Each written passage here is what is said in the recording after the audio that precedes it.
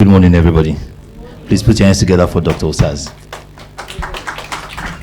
Good to see you. I see familiar faces here. Thank you all for coming.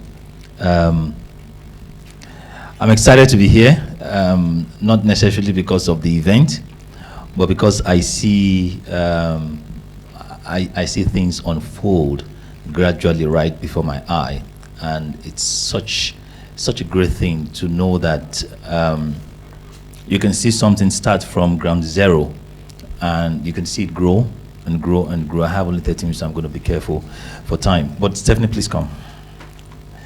So I met Steph because she listened to my CD some years ago, when she was a big human resource person, even she's bigger today.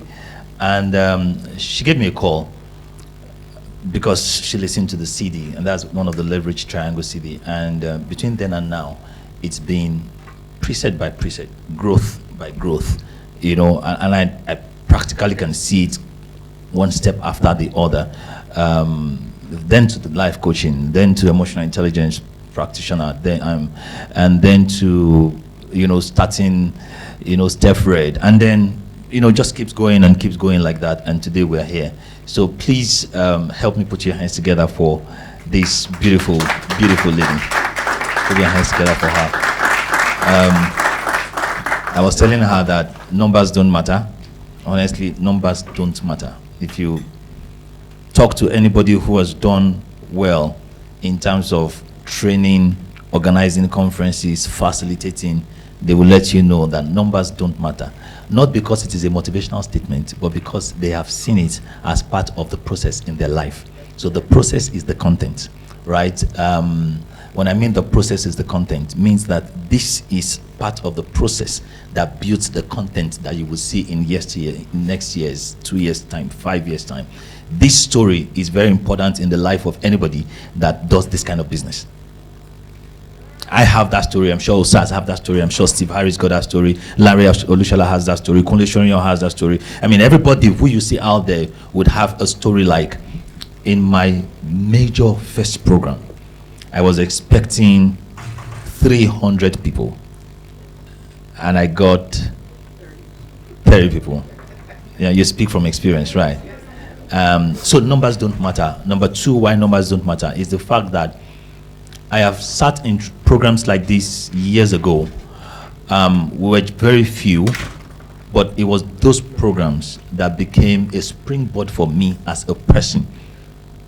And so if those programs did not happen, numbers notwithstanding, right, I probably wouldn't be able to get the knowledge that I'll use. So it's not a matter of numbers. Somebody seated here today, it is what you would hear here, right, that would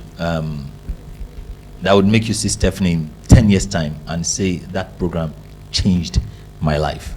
Okay? So I'm talking about resilience. I'm sure we all know what it is. By definition, it's very simple. When we go through tough times, when we find ourselves in challenging situations, that's adversity, right? How do you use resilience to manage adversity?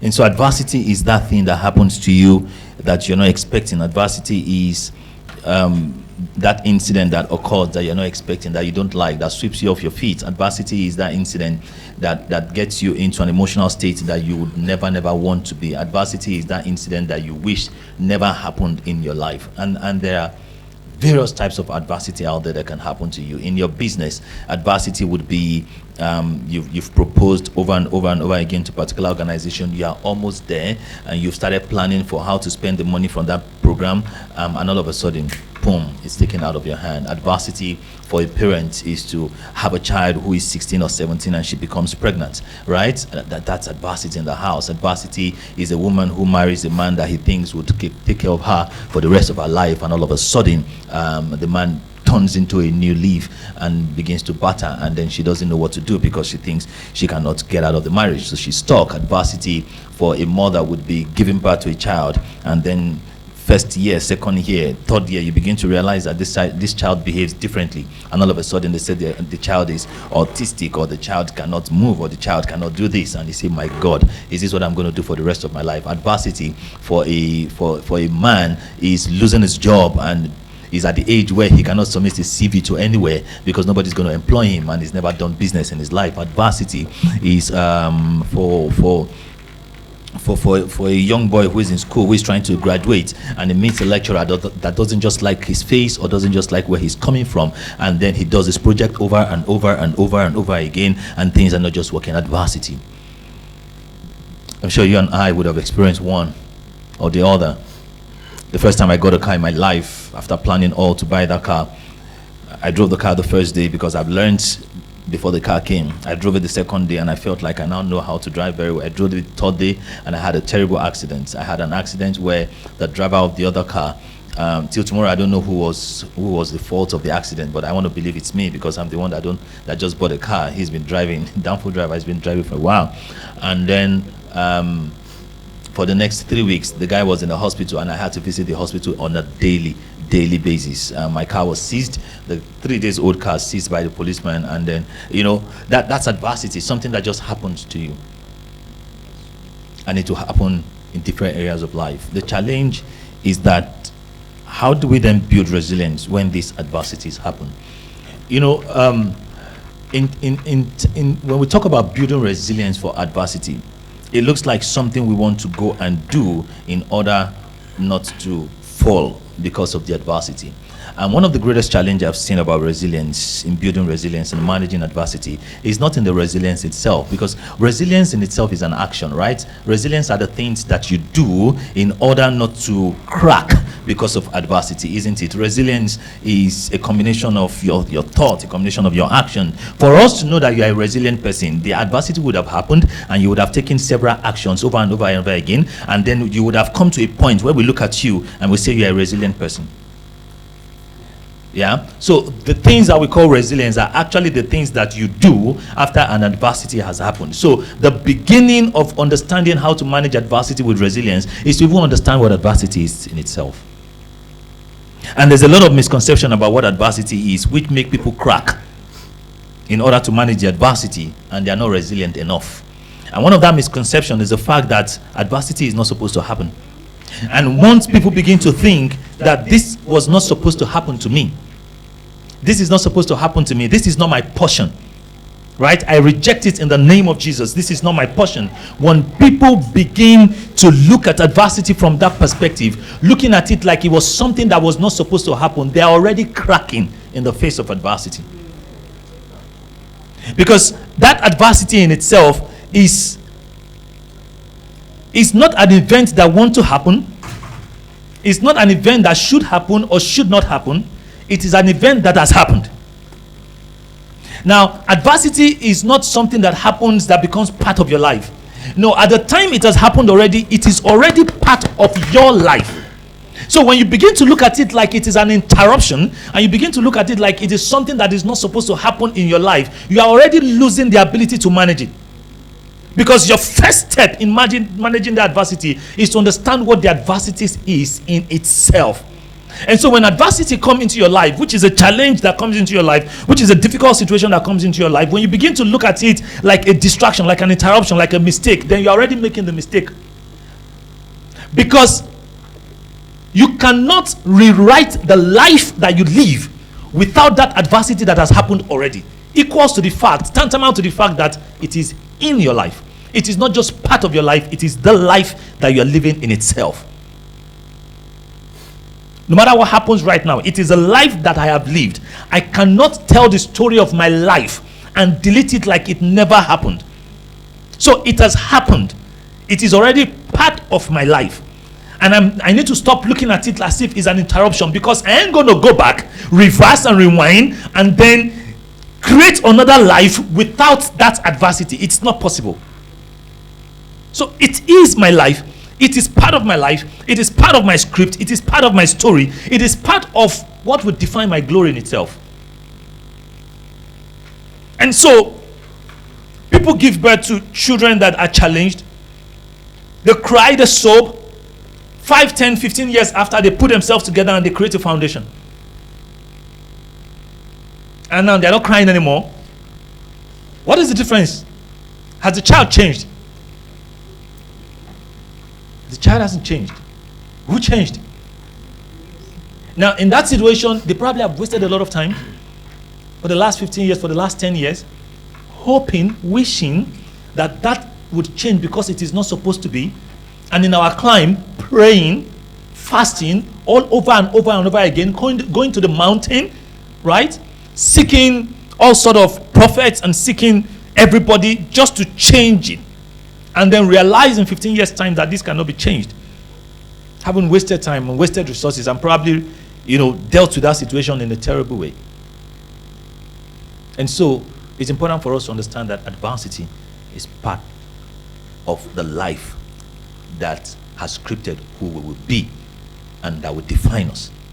And that no matter what happens, it is part of life. Osa said something, you cannot wish it away, you cannot pray it away because it has happened already. Adversity is not, if it's about to happen, we can't call it adversity. Right? Because we don't even know whether it will happen or not. It is what has happened. And once it has happened, it's already part of life. So the next thing should be, what can I do? Not why did it happen? You lost a loved one. It has happened. And so, in building resilience for adversity, really the first thing to do is to understand the adversity in itself. And what I've said so far is that it is part of our life. You want to welcome it, accept it, you're welcome. This is another one, right? Guess what? Another one is coming. Another one is coming, and there's nothing you can do about it, right? Another one is coming. Look at it from the smallest things in the world. You get a lovely generator now, and it's like, wow, eventually I get the generator, and that generator begins to work fine. It's the same generator that will collapse and give you heart attack. Or if I just get a car now, or my life will just be okay. Get a car, yeah, your life will be okay. But it is that same car, over time, after it has depreciated, will stop on the road, will refuse to start, it will cause its own problem. You understand? If all of a sudden my salary will just be increased and then I'll be able to sort out these issues in my life, get it increased. Over time, your bills are going to go up and then you will need more again. Or if I can just get married. And that one is beating a lot of people in the society. If I can just get married.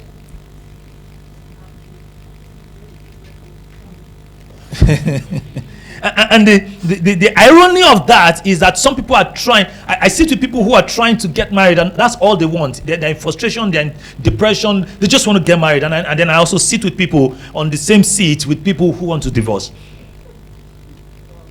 And all they want right now is to I just need a separation. This is the terrible thing in my life right now. I just need a separation.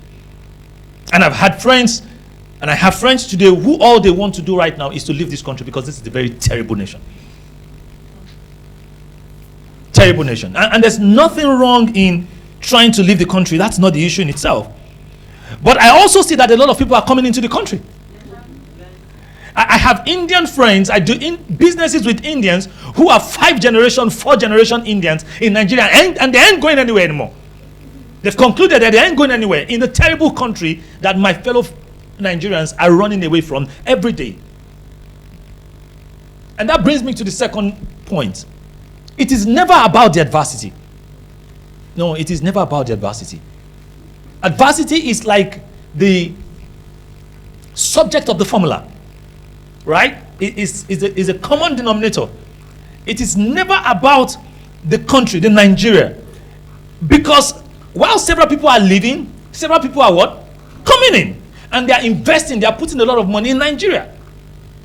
I mean, I do a lot in the corporate space and I see this every day. People are coming in. There are Indians everywhere. They are not stopping. They are coming. They are coming. Come to Ilupeju, they are buying buildings. They are buying buildings. They are renovating the buildings. Sometime in the beginning of last year, I saw a beautiful gym in Ilupeju. I'm like, okay, so very soon I need to start gymming. And I got into the place. I want to check it out. And then I realized that it's an Indian. And then a building beside my office in Ilupeju was bought. And I'm like, okay, who bought this building? Because they chased away the mutual benefit people that were there. And then all of a sudden, it belongs to Indians. In the same Nigeria, right? So it is not the fact that you're not married. No. Because there are several people that are not married. Some are living a satisfied life. And others are living a terrible life. Adversity is never the issue. One wise man said once that when you fall in the day of adversity, when you faint in the day of adversity, when you crack in the day of adversity, that your strength is small. Why? Because it's not about the adversity, it's about your strength. So when adversity has happened and you begin to crack, what's crack? You begin to say things that you're not supposed to say. You begin to take actions that you're not supposed to take. You begin to get into emotions that you're not supposed to get into. That's fainting, that's cracking. You begin to do things that you will regret later because of the adversity. When you faint in the day of adversity, it is a sign that your strength is small. It is not a sign that the adversity is big. It is a sign that your strength is small, such that you will need to go back and gather more strength. You know why? Because another one is coming. Another one is coming. Another adversity is coming. So, strength. It's your strength. It's not about the adversity. The focus should never be on the adversity. Guess what? Because you don't even know the size of the one that is coming next. Your preparation for adversity is not a preparation for a particular thing that is coming. It's preparation for you to be strong enough to take on whatever is coming. That's what it should be. And the first step in preparing for any adversity is to understand the meaning of adversity. Adversity is not an interruption of your life. Adversity is not a terrible thing that has happened to you that is not supposed to happen. Adversity is just things that happen to people in life. And then when you faint in it, is a sign of your strength. So how do we begin to gather strength? Once you understand that part, that adversity is part of life, you're already gathering strength. You have a natural shock absorber. It's like, okay, so this is another one. Okay, we sort it out. What's the next one? The next one comes, we sort it out. The next one comes, we sort it out. You get stronger, not because adversities did not happen. You get stronger because you saw the first one out. And anytime that type come again, you would not crack. You know why? Because you've sorted it out over and over again. And the next one is going to come. And then you look at it and you try to faint. And then you shake. And then you shake. You sort it out. And then you become stronger. And then you pass that by. You get stronger in life. You get better in life. Not because things did not happen to you, but because things happen to you and you crush them continuously. And the one that you did not crush is also part of what has built you. That's how you become the better person in life. Because you've crushed, you keep crushing. And so, the next thing about adversity, resilience for adversity, is to understand that resilience is not muscle. Resilience, when we say resilience, you know, resilience. When we say resilience, what are we talking about? Tie all that you can think about resilience, tie it all to your perception and your thoughts. That's what resilience is all about. That's all. When you say that guy is resilient, he's in the middle of a situation, he's so resilient, everything that you're talking about is in the mind. And so when you take an action, how do we know that you have managed your adversity very well? Because of the actions that you take, right? And then we'll be able to define you as a resilient person, isn't it? Let me quickly share. Use this. Is it there? So, we define you after an adversity. Why? Because of the what? Because of the actions that you took in the course of the adversity. You took those actions. Why? Because of the emotions that you sustain in the course of the adversity. And I repeat that. Before you take an action, so something has just happened right now. Something just happened right now, right? And then you begin to take actions. Those actions that you will take are propelled by the emotions that you sustain. You feel and then you act. And so if you have taken actions that are regrettable, it is because you were inside certain kind of emotions that has tied you and reduced all your actions to one. When you don't know how to manage your emotions, when you find yourself in situations, there will be only one action. The one that you've always done. Because you cannot see options. You know, the power of emotion, one of the power of emotion is to reduce all your options to one and put you in the present without showing you the big picture. So emotions will tie you to the present. You cannot see the big picture. You see, you just want to sort that right now, and then emotional intelligence will show you the big picture. Right now, before you got into that emotional state, it is because of the way you think. So you found yourself in a situation, and you started to think about the situation and you started to feel certain emotions, and then you took what? Certain actions. And then we use that to define you as a result of the resilience that happened to you. Adversity that happened to you. But what happened before you started to think? Think is your mindset. Who owns your mind? Who owns your mind? I wish that was a perfect answer, because what you're going to think about in that particular situation is going to be tied to your values as a person, right? So your values own your mind. Your values do what? And so if my value as a person defines wealth as somebody who must always drive a car around Lagos to do business. Values are everything that you hold dear to yourself, right? Including honesty, including integrity, including car, including hair, including makeup, including shoes. Anything that you hold dear to yourself is a value, including money, right? And so if my value is that I must be able to stay in a car, drive around as a businessman to define me as wealthy or successful, the day my car has an accident and I cannot have a car to drive, what's going to happen to me? I will find myself in a state of adversity. And that is the challenge with adversity, because adversity is huge when it comes to relativity. What you call adversity is what I call a task that has just happened in my life. And so the guy who holds dear to a car as a very important definition of success in his life, when he has an accident and he cannot have that car anymore, he stands up in the morning and he wants to leave his house, and he's bothered.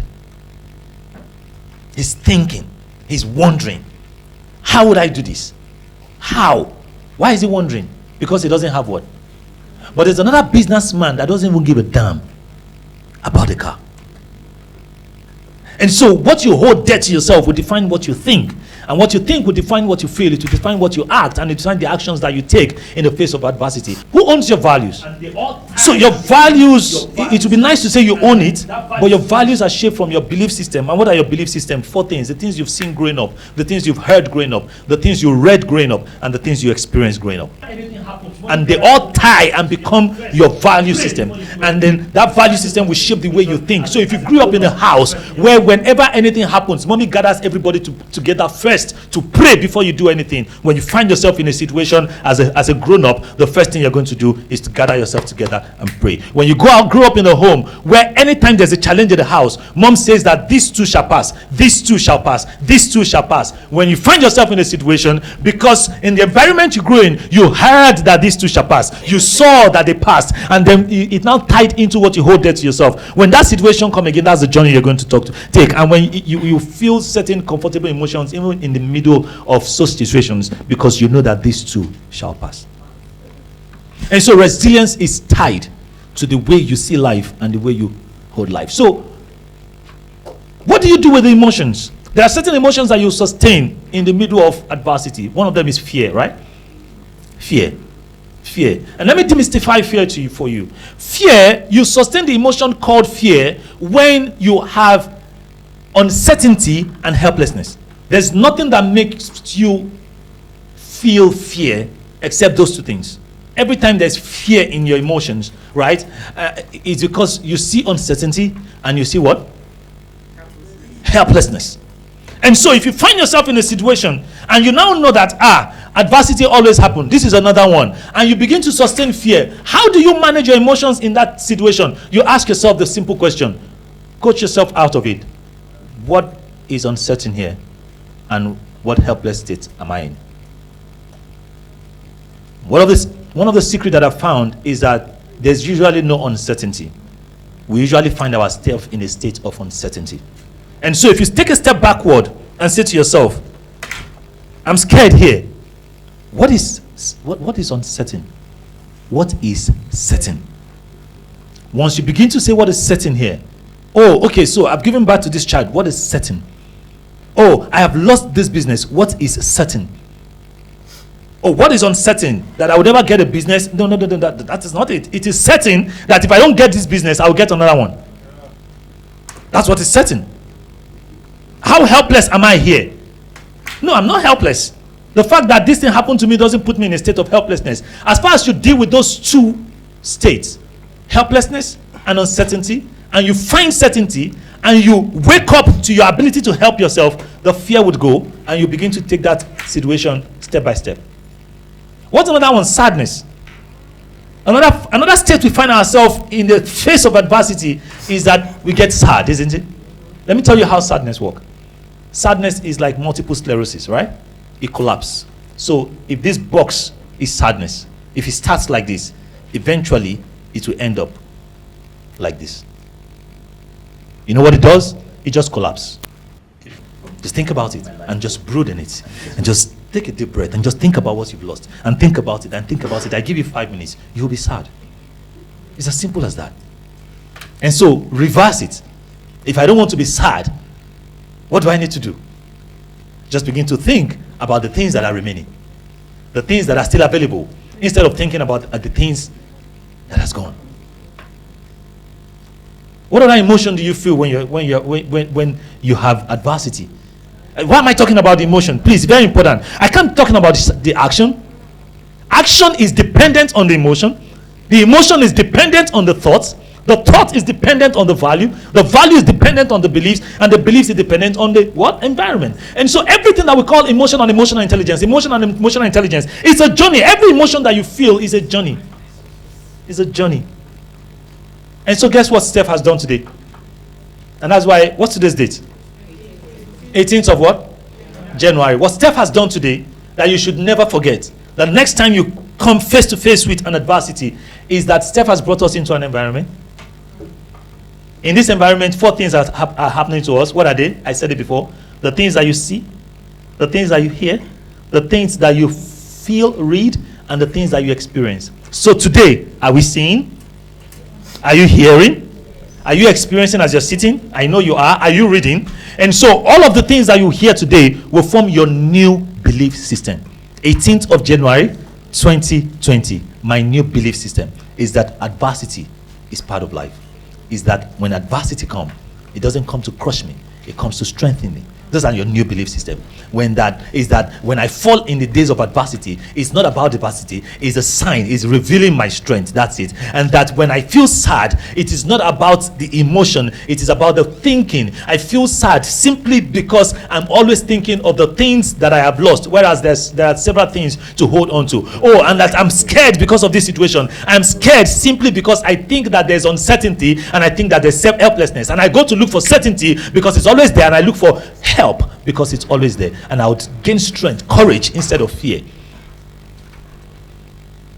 And the last one, anger.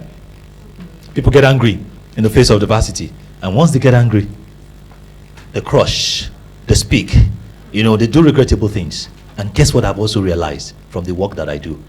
We only usually think that there's a blockage. There is usually a way out. There's always a way out. It is never so blocked that you can't see anything. There's always a way out. And as far as you can see a way out, then you build the optimism that is important to move ahead. The definition of resilience is bouncing back, or bouncing forward. You cannot bounce back if you don't see that there's something to bounce into. And to see that there's something to bounce into is to see hope and possibilities. Every time you see hope and possibilities, you see a way forward, you are optimistic about your situation. And if you are optimistic because you see there's a way out, you would always crush that situation. You see there's a way out, then you move forward. Oh, I see a way out, then you move forward. Oh, I see a way out, then you move forward. I see a way out, then you move forward. As far as you keep moving forward and you keep looking for options, you will solve that situation. But when you don't see a way out anymore, what do? You move backward. When you don't see a way out, what do? You move backward. And then you retreat, and then you move backward, and then you move backward, and you begin to collapse, and you begin to collapse, and then you begin to lose who you really are because you can't see a way out. Frustration is the same thing with sadness, fear mixed together. And so if you're able to, I am not telling you go and look for a mentor. I can't tell you all of those things, because for you to even go and look for a mentor, you need to see that there's a way out. Right? So I'm not giving you all of those knowledge that, those are not the knowledge. I'm giving you the foundation upon which you will build everything. All of those things that you would do in the face of adversity, if we find ourselves in the same adversity and we are going to come out of it successfully, you can do 1 million things that are totally different from 1 million things that I will do. But it's because we have the same mindset. These two shall pass. So it is not about what we will do. It's about the thoughts that we sustain, that build the resilience to keep us. And then everybody will look for their own what? Solution. Everybody. And that's why as a life coach, I see the same situation in my office. I deal with the same clients. I deal with the two clients with the same kind of situation, but their pathway to the solution is totally what? Different. Because never forget, the solution to the problem that you sustain today is not anywhere. It's not anywhere. It lies deep, right there, within you. The challenge is that you cannot solve that problem with the same mindset, with the same mentality that you had when the problem came. You need to change your mindset. And this is the secret. Everything about resilience is tied to your thoughts, is tied to how you see life. And so use today as a memorabilia for yourself to build the value system upon which your thoughts would ride, upon which your emotion will lie, upon which your actions will lie. It is never about the adversity. It's always about you. Build you, strengthen you, empower you, add to you. And so that when the next adversity comes, you crush it and you move on. Thank you very much.